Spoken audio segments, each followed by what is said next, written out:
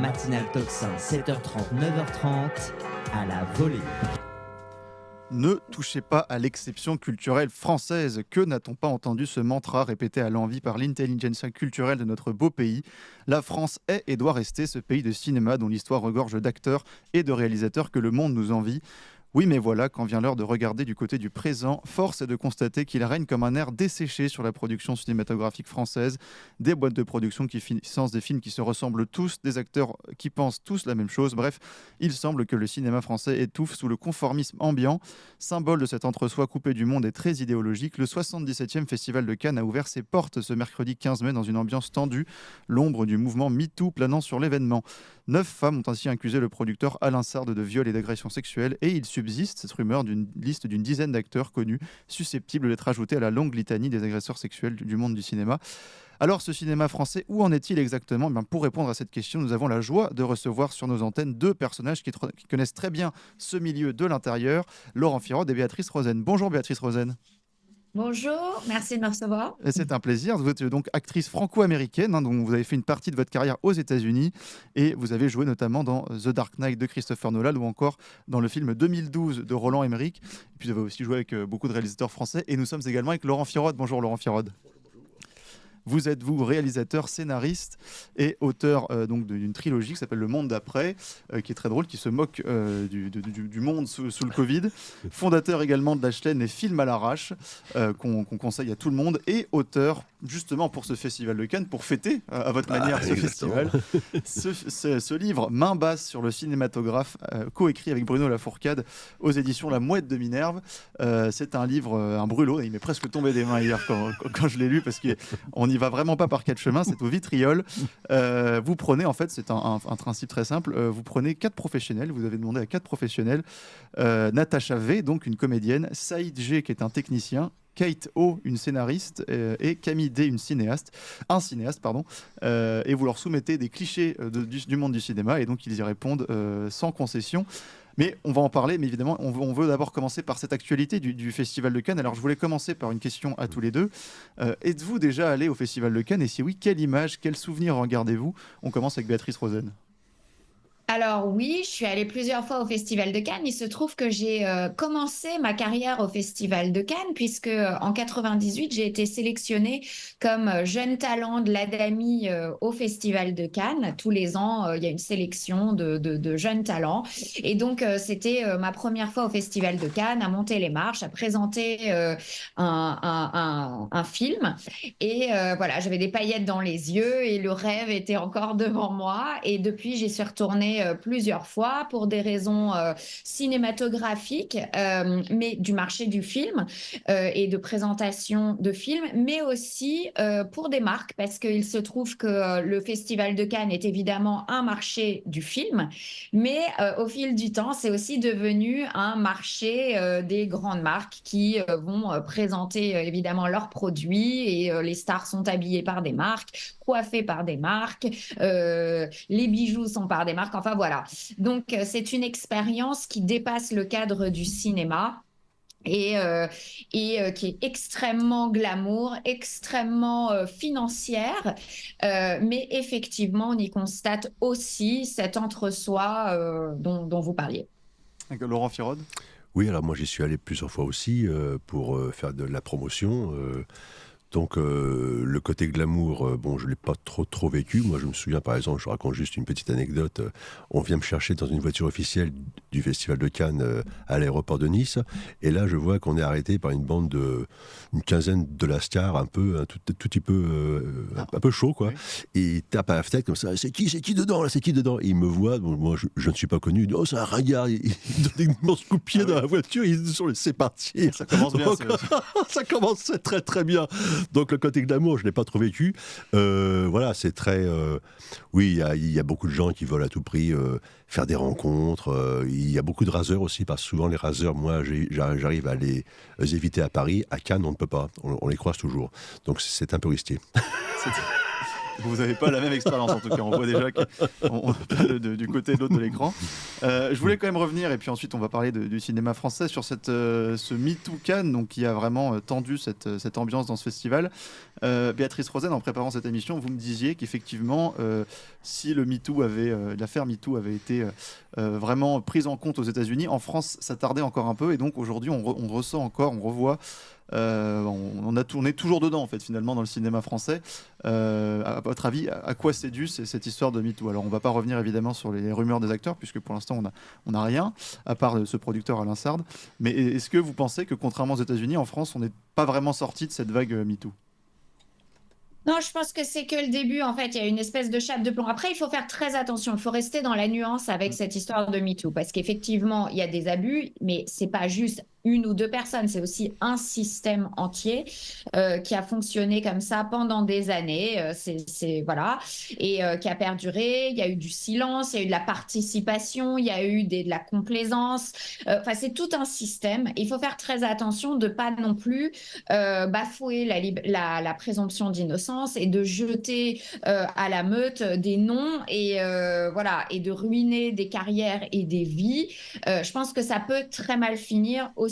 Un jour ou l'autre, il va y avoir un drame à force de balancer des noms comme ça, voilà, aux chiens. Il faut faire extrêmement attention. Et d'un autre côté, c'est vrai qu'il faut aussi que les victimes puissent parler et que ce système s'épure un petit peu. Enfin, j'aime pas ce mot, je ne sais pas quel mot on pourrait utiliser, mais qu'il y a un petit peu un nettoyage et que les gens se comportent un peu mieux. Et surtout, ce qu'il y a de vraiment majeur, c'est qu'il faut protéger les enfants sur les plateaux. Voilà. Pour moi, c'est vraiment la priorité. Évidemment, il faut protéger les femmes. Et il y a aussi un MeToo garçon qui a été lancé par un comédien que je connais, qui est Aurélien Vic. Voilà, il ne faut pas croire que les hommes ne sont pas concernés. Mais pour moi, vraiment, la priorité, c'est de protéger les enfants sur les plateaux. On est d'accord, effectivement. Alors Laurent Firod, vous aussi, dans ce livre, il est question de ce MeToo. Il est aussi question de ce MeToo garçon, notamment cet acteur Francis Renaud qui raconte ses aventures avec le réalisateur André Téchiné, où ça fait vraiment froid dans le dos. Téchiné, où c'est vraiment, ça fait froid dans le dos. Donc là encore, dans ce livre, en tout cas, les gens que vous interviewez se montrent très nuancés, parce que il rappelle aussi que à une certaine époque, les actrices qui aujourd'hui témoignent, ça faisait inconsciemment, alors aujourd'hui elle pense évidemment que c'est mal, mais à l'époque ça faisait partie d'une manière dans les castings, par exemple on s'habillait de manière assez légère parce qu'on estimait que c'était presque ça faisait partie du métier de coucher, en tout cas pour ça. Alors c'est vrai que coucher peut-être pas, mais en tout cas oui, séduire quoi. Voilà.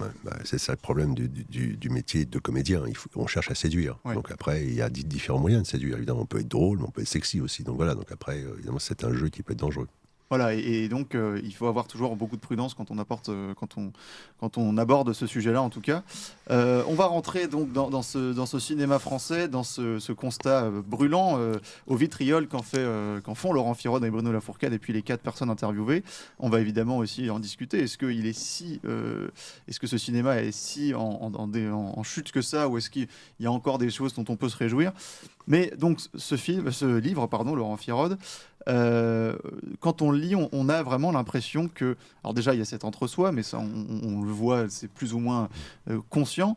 On a surtout l'impression d'un immense ennui des acteurs, c'est-à-dire que déjà quand on est sur un plateau de cinéma, on attend énormément, on est beaucoup dans l'attente, donc forcément, et puis on est traité comme une diva, donc s'ensuivent de l'ennui, des consommations de drogue, et en fait on a vraiment plus à la fin plus pitié pour ces pauvres acteurs, même les grandes stars, que il faut pas. Ah bon, alors vous allez nous expliquer tout ça, mais il faut pas avoir pitié. D'accord. Vous êtes plus sévère que nous, alors expliquez-nous. Oui. Non, il ne faut pas avoir pitié, c'est une classe privilégiée, voilà, donc il ne faut pas trop avoir pitié, parce que franchement ils s'ennuient certainement, bien sûr, évidemment, mais après, si on devait avoir pitié des gens qui s'ennuient, non, je pense pas. Ça serait un peu triste quand même. On a vraiment c'est de leur faute. Cette bulle, en fait, parce qu'on voit, par exemple, alors vous citez toujours des pseudonymes, un grand acteur qui s'appelle Max, qui ne s'ennuie, qui ne sait pas quoi faire de ses journées, qui est réduit à acheter. Il achète un yacht, mais il veut un yacht brise-glace, alors qu'il va en Méditerranée, mais juste parce que ses copains ont un yacht brise-glace. Voilà. Et donc, on a toujours ce côté où ils vivent dans une bulle et ils sont quand même Quand je dis il faut pas avoir pitié, c'est sûr, mais il y a quand même une sorte de, on leur offre rien d'autre finalement dans leur monde à eux de cette ouverture. Oui, c'est-à-dire qu'on leur offre tout en fait. Hein. Oui. Non, au contraire, on leur offre tout. C'est même assez extraordinaire de voir quand on est proche d'une star. Moi, j'ai fait des films avec des grosses pointures, des grosses stars, et j'ai vu comment ils vivaient. C'est incroyable à quel point, en fait, on leur offre absolument tout. C'est-à-dire qu'ils ne conçoivent même pas qu'ils puissent payer une chose, quoi. C'est-à-dire que tout est toujours offert. Tous les jours, ils reçoivent des cadeaux. Par exemple, voilà, une star reçoit tous les jours des cadeaux. C'est assez extravagant, quoi, quand on y pense. Chaque jour, il y a des gens qui arrivent, voilà, qui lui arrivent des cadeaux, mais des cadeaux d'une grande valeur. Donc c'est une vie complètement déconnectée du réel.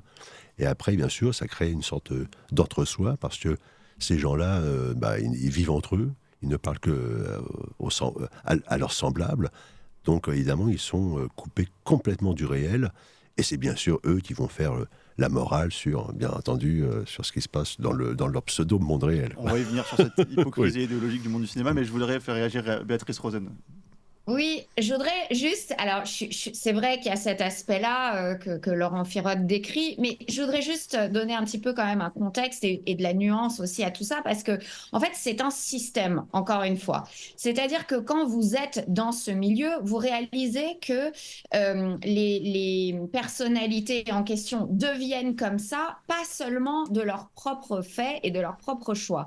Il se trouve que c'est un milieu où il y a énormément d'enjeux financiers, donc effectivement, les acteurs reçoivent beaucoup de cadeaux, mais il faut savoir que c'est aussi des marques qui leur offrent pour qu'ils portent ces produits et qu'il y ait de la publicité. Il y a des enjeux financiers. Et puis, il faut savoir que les comportements de diva, souvent, viennent de l'entourage de la star et pas forcément de la star elle-même, en tout cas au début. Et c'est vrai que quand on ne s'impose pas sur un tournage ou quand on montre pas qu'on a certaines exigences. Moi, quand j'ai commencé, j'étais toute gentille, je voulais faire bien, je voulais faire plaisir, etc. Et je me suis fait marcher dessus, mais vous pouvez même pas vous imaginer comment.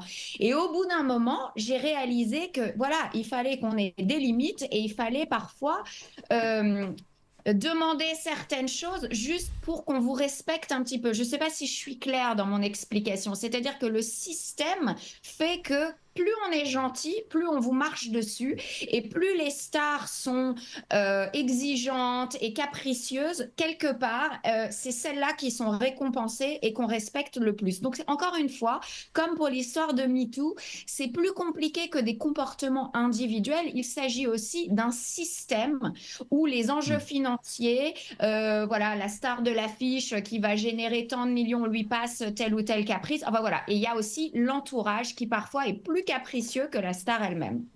Corentin Périni. Oui, vous parlez d'une bulle médiatique et puis d'une bulle de ce milieu théâtral, puis il y a aussi en tout cas une bulle aussi idéologique, c'est-à-dire que ce sont des personnes qui pensent à peu près tous la même chose, et c'est très compliqué en tout cas d'apporter une nuance à un discours ambiant, ou en tout cas le cinéma français particulièrement, mais aussi aux États-Unis, est utilisé comme un outil idéologique pour divulguer une certaine idéologie, on va dire, progressiste pour aller vite. Aujourd'hui, c'est difficile pour un acteur, pour un comédien, pour un réalisateur de s'imposer dans ce milieu tout en essayant de proposer autre chose ou en essayant de proposer justement quelque chose qui qualifierait de disruptif pour reprendre les mots de... C'est pas difficile, c'est impossible. Oui, c'est impossible. C'est Alors totalement pourquoi impossible. c'est impossible justement ? C'est impossible parce que c'est un monde justement de privilégiés, et qui dit privilège dit peur de perdre ses privilèges. Donc c'est un monde totalement flippé. Moi, il suffit que j'évoque un tout petit peu un sujet d'un film que je souhaiterais faire à un producteur, pourtant qui, dans l'intimité comme ça, quand on parle, pense mal. Hein. C'est un nauséabond, certainement, mais il va me dire aussitôt « Non mais je peux pas, tu te rends compte, je travaille avec des grands groupes, Pathé, UGC, Canal, je peux pas, c'est impossible, je vais être taxé d'extrême droite. » C'est aussi bête que ça. Tout le monde est totalement flippé parce que c'est leur gagne-pain. euh, au plus bas, et après, pour les gens qui sont un peu plus hauts, je dirais, dans la hiérarchie du cinéma, c'est la crainte de perdre leurs privilèges. Mais Et comment, justement, il y a eu une mainmise là-dessus de cette idéologie sur cet outil du cinéma, ou même d'un point de vue du théâtre, d'une manière générale? Il y avait quelques réalisateurs ou quelques metteurs en scène, je pense à Anouilh, par exemple, qui était dans Oui. les années 60 complètement réactionnaire, mais c'était véritablement c'était un paria. Oui, c'était un paria, mais aujourd'hui, et encore à l'époque, dans les années 60, il y avait encore des producteurs qui pouvaient financer eux-mêmes leurs films, etc. Donc aujourd'hui, avec l'exception culturelle française, ce n'est plus les producteurs qui financent les films, c'est le système qui finance le film. Donc comment être anti-système quand on sait que c'est uniquement le système qui finance le cinéma, et le théâtre aussi d'ailleurs. Et c'est comme la presse, hein, la presse subventionnée, ils disent tous la même chose parce qu'ils sont subventionnés. Voilà, donc c'est aussi simple que ça. C'est dramatique, mais c'est Oui, aussi qui simple paye que ça. commande. Voilà. Et après, voilà, donc c'est le CNC, c'est les obligations d'investissement des chaînes télé, etc. Donc le cinéma français est sous perfusion en fait. C'est-à-dire que c'est absolument pas un marché libre, c'est un marché sous perfusion. S'il n'y avait pas cette exception culturelle, là telle quelle, les films, on le voit, les films français se ramassent quand même très très très souvent. Il y a excessivement peu de succès, donc c'est pas une affaire rentable d'un point de vue marché libre, mais d'un point de vue d'un marché subventionné sous perfusion, c'est très très rentable parce qu'il y a beaucoup d'argent. Il y a une grosse dialecte. On va rentrer d'ailleurs dans le détail dans ce livre, alors on va donner la parole ensuite à Béatrice Rosen, mais ce qui est intéressant, c'est que vous rentrez dans le détail de comment sont financés ces films-là. Et alors, effectivement, donc, il y a le CNC, donc ça c'est une manne financière avec des commissions à volo, parfois des gens qui se font payer, enfin qui obtiennent des prix d'une commission en étant eux-mêmes membres de la commission, Bien mais qui ne sûr. viennent pas le jour devant la remise du prix. Et puis, il y a cette exception culturelle donc, qui oblige les entreprises françaises à investir dans l'audiovisuel français. Donc, aussi, on a l'impression que en fait, c'est un système qui s'est mis en place depuis quand, puisque on voit les films des années 60-70, on va faire le vieux réac de base, mais il y avait quand même des Blier, des Ventura, des Audiard, et on se dit, aujourd'hui, il ne pourrait même plus avoir d'espace de liberté ou écrire des films qui passeraient aujourd'hui. Ben non, parce qu'en fait, aujourd'hui, quand on veut vendre un scénario à un producteur, donc déjà, il faut que Mais pourquoi d'ailleurs les sujets se ressemblent tous? Parce que le producteur ne cherche pas à faire un succès, c'est pas l'objectif premier. D'ailleurs, il ne lit L'objectif même pas les premier, scénarios. Vous dites, bon, ça, non, un vrai producteur ne lit jamais les scénarios. D'ailleurs, tout bon professionnel ne lit jamais un livre. Bon, vous avez lu le livre, j'ai l'impression. Donc, je regarde. Ah ouais, je suis un amateur encore. Et tant mieux. Et donc, où j'en étais? Oui, donc c'est-à-dire que le producteur cherche avant tout, non pas à faire un succès, ça vient vraiment vraiment en dernier, carrément. Il cherche principalement à trouver un financement. Donc voilà, voilà, les dés sont jetés bien avant. C'est-à-dire que tout le monde a été grassement payé avant même que le film sorte en salle, Oui. à savoir si c'est un succès ou pas. C'est ça qui est important. C'est ça qui est important. L'argent à se faire dans le monde du cinéma français, il est avant la sortie du film. Il est pas avant. après. Il est avant. Béatrice Rosen, est-ce que vous êtes d'accord aussi? Et d'ailleurs, ça peut être intéressant, vous avez fait une partie de votre carrière aux États-Unis. Est-ce que cette partie de la carrière aux États-Unis vous a permis d'avoir un peu plus de liberté artistique ou au contraire, c'est aussi pareil de l'autre côté de l'Atlantique? Alors, c'est complètement différent. Évidemment, le mode de financement est différent. Moi, je voudrais juste dire que, évidemment, à la base, c'était une bonne idée d'avoir une exception culturelle française. C'est pas, en fait, ça qui est à remettre en cause. Et peut-être qu'il faudrait adapter ce système pour d'autres pans de l'économie française même. Le problème, c'est la politisation des gens qui attribuent l'argent, en fait. C'est-à-dire qu'il y a un Déjà, il y a deux choses, il y a deux facteurs. Il y a le copinage, il y a l'entre-soi. C'est-à-dire qu'on voit bien dans le cinéma français, c'est des bandes de copains. Il y a un peu... Moi, à la limite, c'est pour ça que je suis partie aux États-Unis à la base, parce que moi, je sortais pas, je me droguais pas, je traînais pas dans les boîtes de nuit, etc. Vous n'êtes pas du tout une bonne actrice, effectivement, il n'y a aucune chance de réussir. Moi, je préférais être au casting pendant la journée, dans des bureaux et d'être comme ça. Donc, pour moi, c'est vrai que c'était plus compliqué. Je faisais beaucoup de télévision parce que je trouvais ça plus pro, si si vous voulez. Et le cinéma, je trouvais que c'était vraiment par copinage, voilà, un peu les castings en boîte de nuit, etc. Je caricature, mais vous avez compris. Voilà, les bandes de copains. Donc, il y a le côté bande de copains ou fils de, et il y a le côté politisation, comme disait Laurent Firode.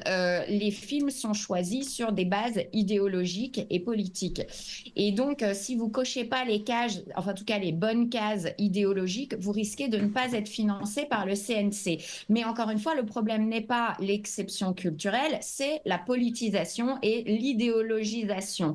Et aux États-Unis, comme il n'y a pas tout ça et que c'est uniquement des motifs financiers qui produisent, qui font produire les films, il faut que ce soit absolument un succès. Et donc, on ne choisit pas là-bas, on ne caste pas ses amis dans un film, on caste le meilleur comédien qui permettra de faire le meilleur film et donc le meilleur produit possible pour réussir à gagner le plus d'argent au box-office. Donc déjà à la base c'est complètement différent et là-bas il y a 25 personnes qui sont décisionnaires alors qu'en France vous vous retrouvez parfois en casting avec seulement un réalisateur et un directeur de casting, d'où aussi la possibilité des dérives au quotidien, si vous voyez ce que je veux dire.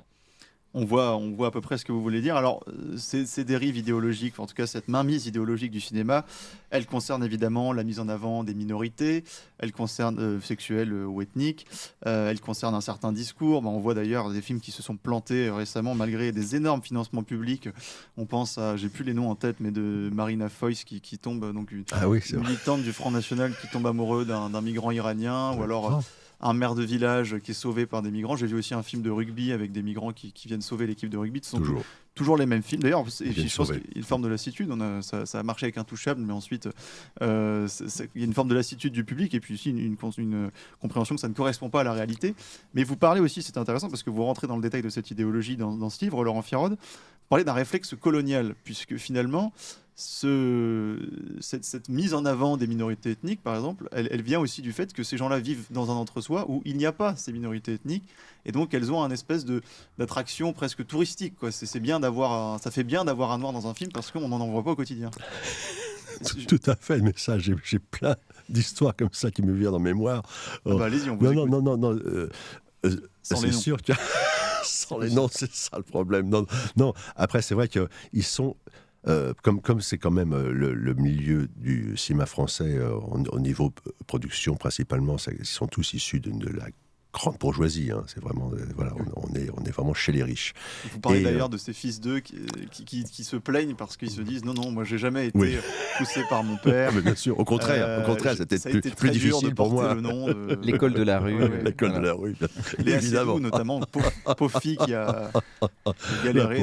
La malheureuse, mon Dieu, je la plains tellement et tellement. Donc voilà, donc ils sont fascinés par ce côté. Ils aiment bien s'encanailler, quoi. Voilà, donc. Depuis longtemps, c'est comme ça, les bourgeois aiment ça. Et comme aujourd'hui, l'image du prolétaire, c'est l'image, en effet, de l'étranger.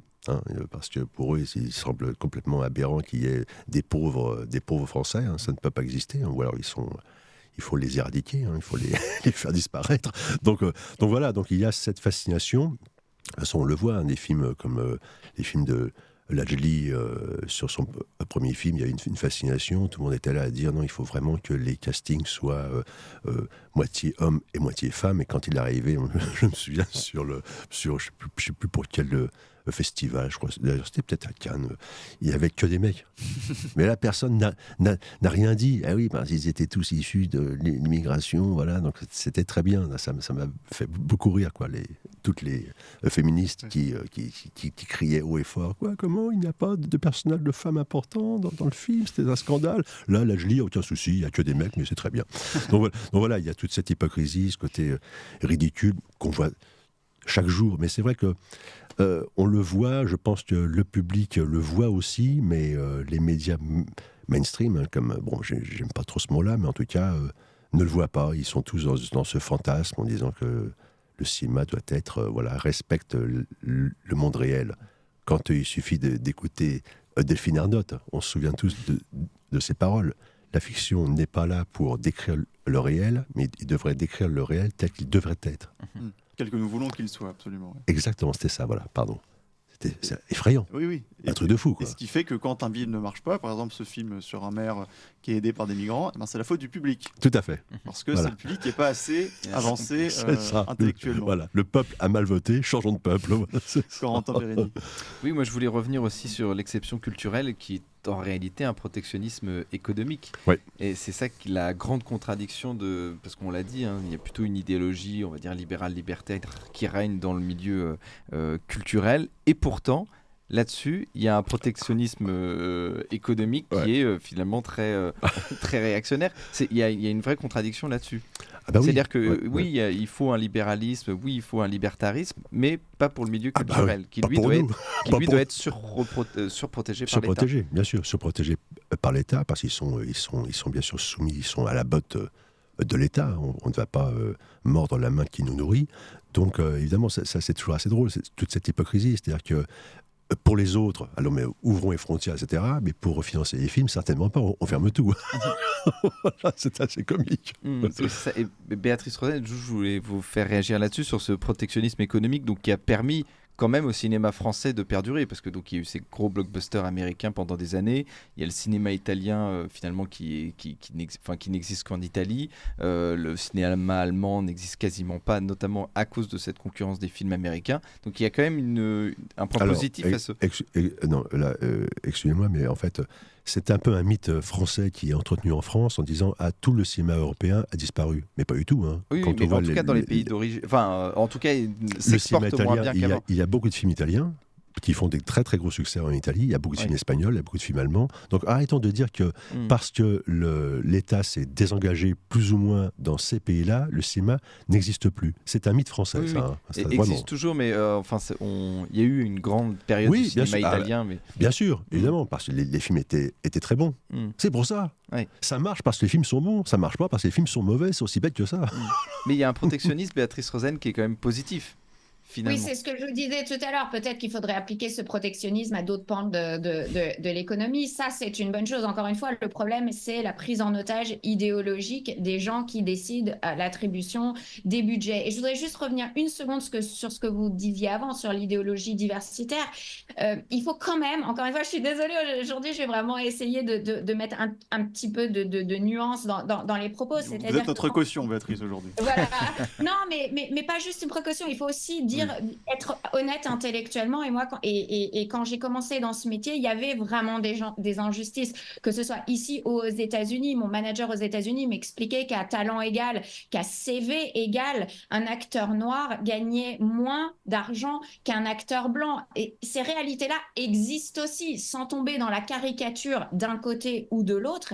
Je veux dire, c'était pas normal non plus. Moi, ce dont je rêve, c'est d'un équilibre, c'est-à-dire aucune prise en otage idéologique, qu'elle soit dans un sens ou dans un autre. Il faut que ce milieu soit juste, soit sain et que le talent soit reconnu, que le talent prime sur l'idéologie, sur toutes les autres considérations. En fait, moi, c'est tout ce que je demande, c'est que comme d'ailleurs dans tout, en fait, c'est que ce soit une méritocratie. Et donc, il y avait des choses qui n'étaient pas normales avant. Maintenant, le balancier est parti complètement de l'autre côté et il faudrait un petit peu de raison et de nuance. Et donc, voilà, en tout cas, je pense que tous, c'est ce qu'on demande, voilà, que ce soit juste.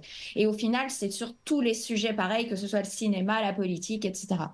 Et vous faites bien de le dire, parce qu'effectivement, mais ce que je pense que condamne, je vais parler sous caution de Laurent Firode, mais ce que je pense qu'il condamne, c'est aussi, de toute façon, une projection bourgeoise, dans tous les cas, de la vue sur l'immigration. C'est-à-dire que d'ailleurs, c'est très drôle dans le livre, vous expliquez, donc au début, dans les années 90-2000, on avait tous les Maghrébins, tous les Noirs qui étaient censés jouer des personnes de banlieue, racailles. Et aujourd'hui, pour plus tomber dans ce cliché-là, parce que c'est devenu un nouveau cliché, la bourgeoisie a toujours besoin de se renouveler, on les fait jouer des amants de vieilles dames de 50 ans, et eux, ça les dégoûte, parce qu'ils disent, bon, on a le même cachet, mais le niveau réputation, c'est quand même beaucoup plus compliqué.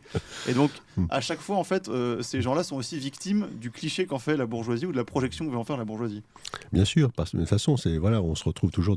Moi, je me souviens, je pense que tout le monde l'a vu, ça, quand Aïssa Maïga au César faisait semblant de s'étonner qu'il n'y avait que très peu de Noirs dans la salle. Ce qui est vrai, d'ailleurs, on peut le déplorer. Mais je pense que son discours aurait été plus fort s'il avait dit je vois qu'il n'y a aucun smicard dans la salle, mais zéro. Aucun fils d'ouvrier. Aucun ouvrier, Rien. Fils d'agriculteur. Rien du tout. Là, je dis, là, c'est vraiment zéro. Et c'est là, le côté dramatique, il est là, quoi.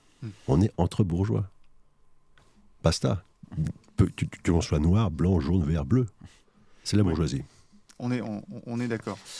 On va aller sur un autre sujet, c'est cette hypocrisie un peu idéologique des acteurs qui donc ont les meilleurs sentiments du monde en public, notamment sur l'écologie. Alors ça, c'est le grand sujet aujourd'hui du cinéma. Notamment, on pense à Marion Cotillard qui, depuis son yacht, se plaignait du réchauffement climatique. Est-ce que Béatrice Rosen, c'est quelque chose que vous avez pu voir, vous? Alors, on ne vous demande pas de citer ni des noms ni des anecdotes, mais cette espèce de décalage entre ce que les acteurs disent en public pour avoir ce signalement de vertu et ce qu'ils disent en privé. Absolument. Alors là, pour le coup, c'est quelque chose qui m'insupporte.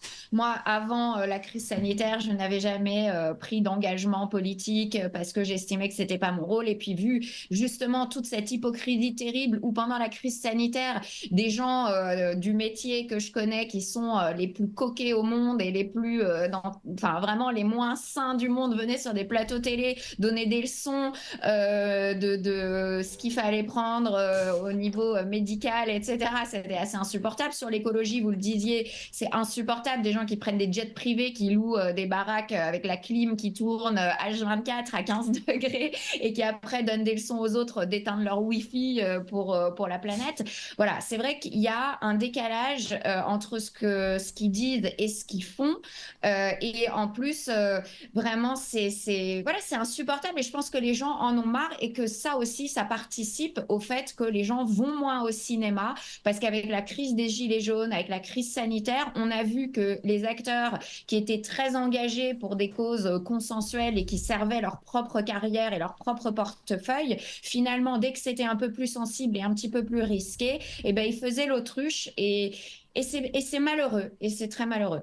Laurent Firod, alors vous avez carrément été éjecté du système avec ces mondes d'après, c'est ça, vous avez dit... On rompt avec ce système.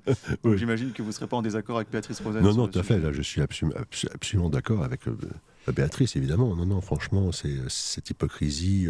Mais on revient toujours à cette lutte des classes, en fait. C'est-à-dire que c'est la bourgeoisie qui s'autorise tout et qui interdit tout aux classes inférieures. Voilà. C'est aussi triste ça, quoi. On est d'accord. Corentin Périni ?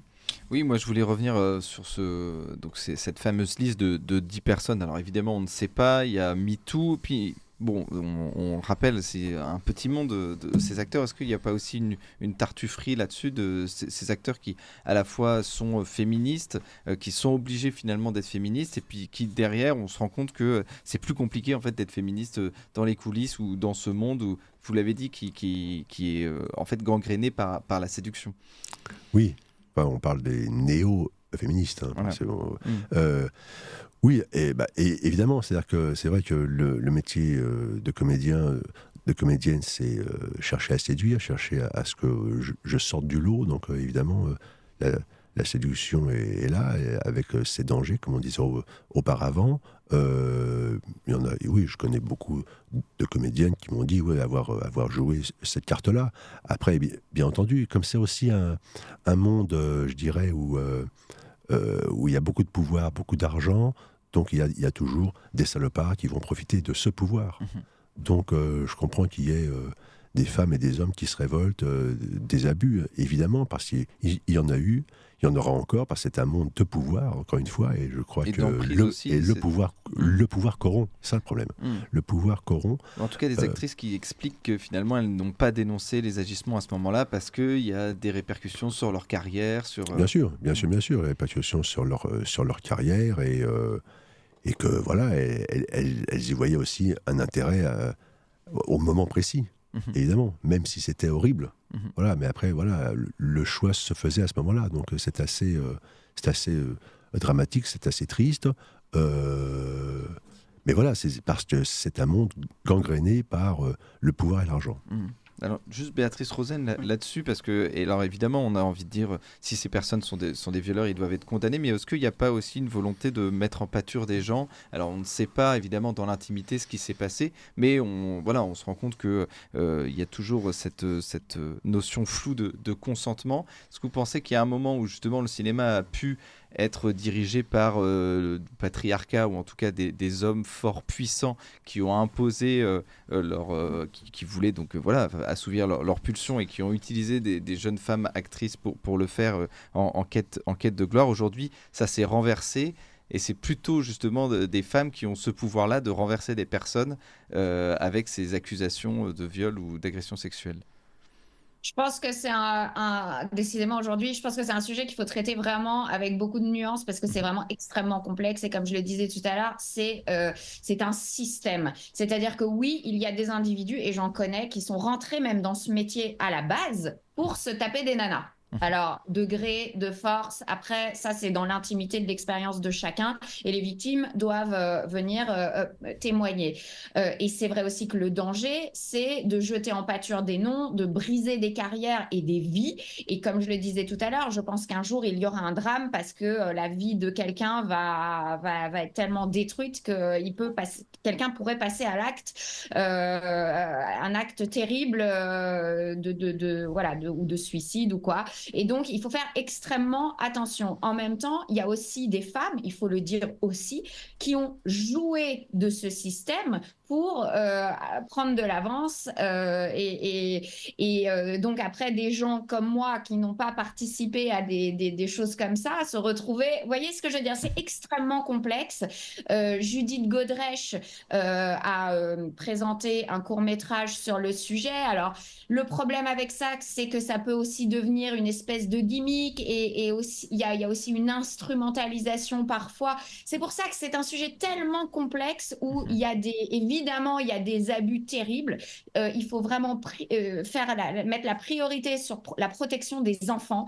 Moi, j'ai vu des choses vraiment terribles sur des tournages avec des enfants, et donc qui sont mis en danger. D'ailleurs, Judith Godrèche a 14 ans. Pour moi, à 14 ans, on est un enfant. Et donc, il n'y a pas, pour moi, de consentement possible avec un adulte quand on a 14 ans et qu'on vous promet des rôles et qu'on vous fait miroiter des choses. Ça n'est pas possible. Il y a le rôle des parents. Enfin, voilà, c'est un sujet extrêmement complexe. Il ne faut pas jeter des noms en pâture. Et en même temps, il faut dire qu'il y a de vrais abus, des vrais salopards. Et il y a aussi des victimes chez les femmes, et aussi chez les femmes, des femmes qui ont joué de ce système. Voilà, donc il y a tous ces aspects-là, et c'est extrêmement complexe à régler comme problème. Oui, c'est un système, mais il faut juger à chaque fois au cas par cas, vous avez raison Voilà. de le rappeler. Et d'ailleurs, on vous prévient, chers auditeurs, on prépare une grande émission sur ces affaires de scandales pédocriminels, notamment dans le monde du cinéma.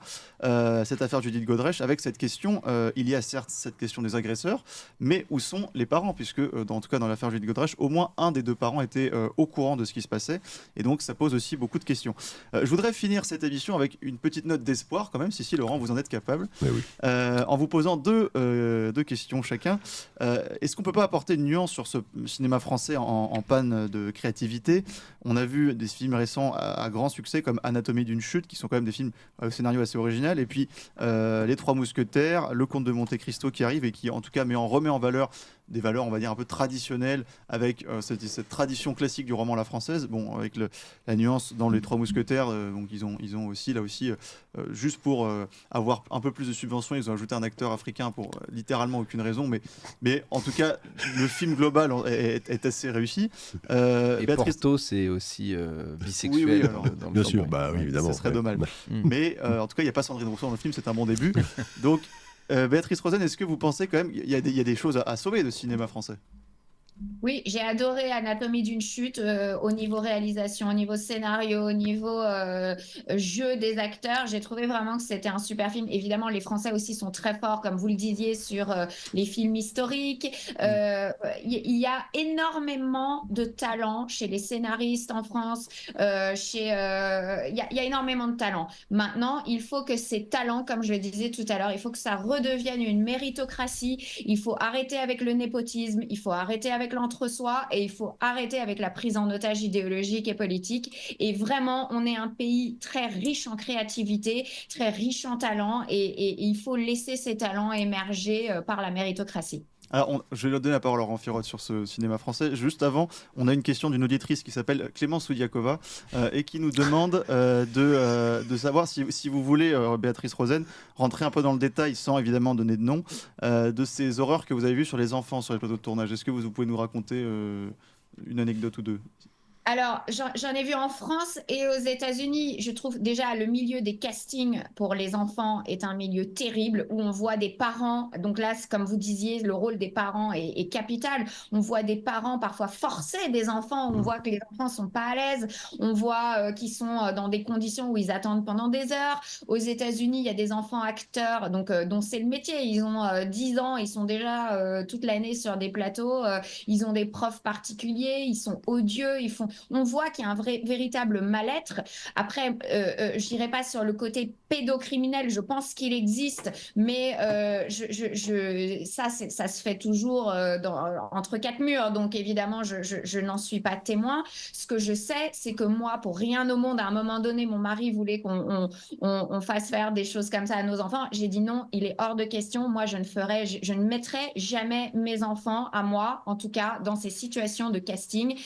Plus tard, s'ils ont envie d'être acteurs, quand ils auront 16, 18 ans, ils auront le droit. Mais en tout cas, jamais je ne mettrai mes enfants dans cette position, vu ce que j'ai vu. Ah oui, donc les enfants maltraités, en tout cas sur les tournages. Et les parents ont une énorme responsabilité, Oui. il faut le savoir. Ce n'est pas que des personnes extérieures. Les parents aussi, parfois, sont prêts à tout pour que leurs enfants arrivent à les faire rentrer finalement, où ils vivent par procuration, tout ça. Laurent Firotte, vous pouvez rebondir dessus Non, après des histoires avec des enfants, moi parfois j'ai tourné avec des enfants, en effet.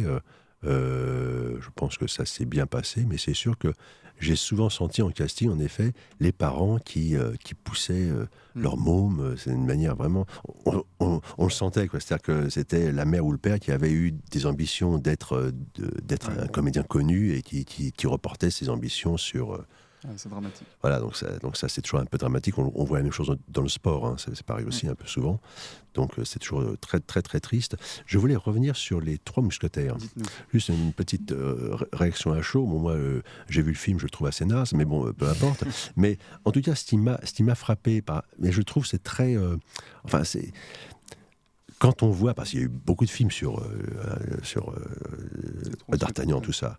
Et quand on voit un film des années 50-60, tous les costumes sont très colorés, c'est chatoyant, c'est magnifique. Aujourd'hui, dès qu'on fait un film d'époque, tout est sombre, noir, ils sont tous habillés de manière très très sombre, comme si montrer que le passé pouvait être chatoyant et beau, c'est impensable aujourd'hui.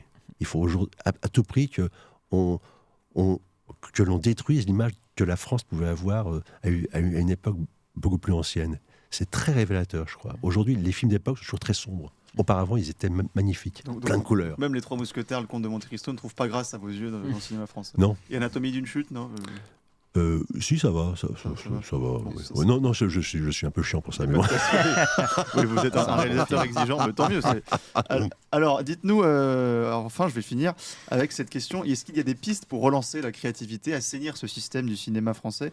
Est-ce qu'il faut, je ne sais pas, supprimer le CNC, rendre en tout cas des acteurs ou des contributeurs d'un film plus responsables du résultat du film et pas des subventions avant? Dites-nous, Laurent Firotte, et ensuite on finira avec Béatrice Rosen. Moi, je pense en effet, oui, il faut éviter quand même, il faut libéraliser un tout petit peu le secteur quand même, faire en sorte qu'on cherche un succès, faire en sorte aussi que les films coûtent moins cher, parce que là aujourd'hui il y a une inflation des budgets mais énorme, un truc de fou, quoi. Les films coûtent des fortunes et quand on passe sur un tournage, moi je suis à chaque fois étonné. Pourtant j'ai fait des films avec de très grosses équipes, hein. Mais on voit il y a une centaine de personnes qui sont là, mais pourquoi ils sont là en fait, je comprends pas, quoi. Donc, parce qu'il y a beaucoup d'argent, donc tout le monde se fait beaucoup d'argent sur le film, quand en fait pour faire du cinéma, je pense que ça peut être beaucoup moins cher, surtout avec les progrès techniques aujourd'hui. Donc voilà, je pense qu'on peut faire des films moins chers, qui peuvent rapporter suffisamment d'argent pour que ça soit une économie rentable, viable, avec des sujets un peu plus innovants, dérangeants, enfin vraiment de l'art, quoi. Des choses qui fassent bouger le monde, les consciences. Le mot de la fin pour Béatrice Rosen.